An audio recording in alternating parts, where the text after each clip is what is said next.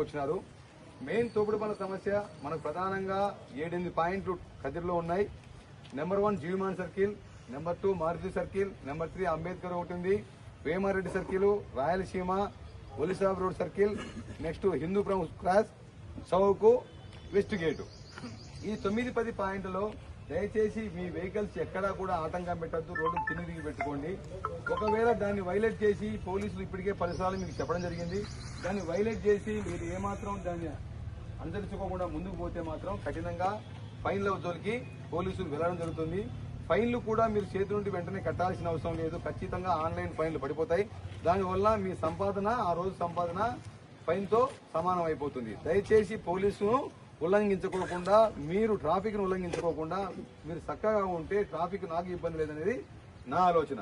తోపుడు బండ్లకు సంబంధించి వచ్చేసి టౌన్ లో ఎక్కువ ఉన్న తోపుడు బండ్లు అన్నిత్యం తలా రోజు పోలీసులు చూసినప్పుడు ఒక రకంగా, పోలీసులు చూడనప్పుడు ఒక రకంగా కాకోకుండా రోడ్డుకు అడ్డం లేకుండా మున్సిపాలిటీ వాళ్ళు ఎక్కడైతే పెట్టినారో అదే ప్లేస్ లో పెట్టుకుంటే నాకు ఇబ్బంది కలిగించిన వాళ్ళు అవుతారు, పబ్లిక్ కూడా ఇబ్బంది కలగదు. అలా కాకోకుండా మీరు పదే అడ్డం కలిగితే దానికి సంబంధించి తప్పకుండా చర్యలు అయితే ఉంటాయి. మరి ఏం చేస్తారు సార్ మీరంటే, ఆల్రెడీ టౌన్ న్యూసెన్స్ యాక్ట్ కింద వాళ్ళ మీద కేసులు రిజిస్టర్ చేయడం జరుగుతుంది. ఒక్కొక్కసారి మినిమం 300 నుండి 1000 రూపాయలు. మరి ఎలా పట్టుకుంటారు సార్ అంటే, క్లియర్ కట్ గా మీరు వైలేషన్ చేసినప్పుడు ఫోటో తీసుకుంటాం, అక్కడే ఫైన్, అక్కడే స్పాట్ లోనే బుక్ రాసి కేసు రాసి చేతిలో పెట్టేస్తాం కాగితాలు. మరి మా సంగతి అంటే మీ సంగతి ఆన్లైన్ లో పడిపోతాయి. కాబట్టి మిమ్మల్ని ఇదంతా భయపెట్టడం కాదు, ఇంకోటి కాదు. ఇప్పటికి దాదాపు 6 నెలల నుండి 3-4 సార్లు మీటింగ్లు పెట్టినాం పదే.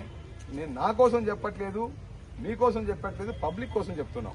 కాబట్టి నేను అవసరం, మీరు అవసరం, పబ్లిక్. అలాంటప్పుడు దయచేసి కొంచెం కోఆపరేట్ చేయండి. తర్వాత ఇందాక చెప్పినట్టు ఎస్ఐ గారు ఆల్రెడీ ఇన్సూరెన్స్ కరెక్ట్ పెట్టుకోండి, డ్రైవింగ్ లైసెన్స్ పెట్టుకోండి, లేదనుకుంటే ఆర్టీఓ ఆఫీసులో మీరు అప్లై చేసుకోండి. ఎక్కువ తక్కువ ఏదంటే ఒక మాట చెప్పమని చెప్తే సార్ చెప్తాను, నేను చెప్తాను. తర్వాత రాత్రిపూట బండ్లు ఆడంటే ఆడ పెట్టేసి లాకేసి సార్ పొద్దున బండి పోయింది సార్ అంటే కూడా కష్టంతో కూడిన వ్యవహారం.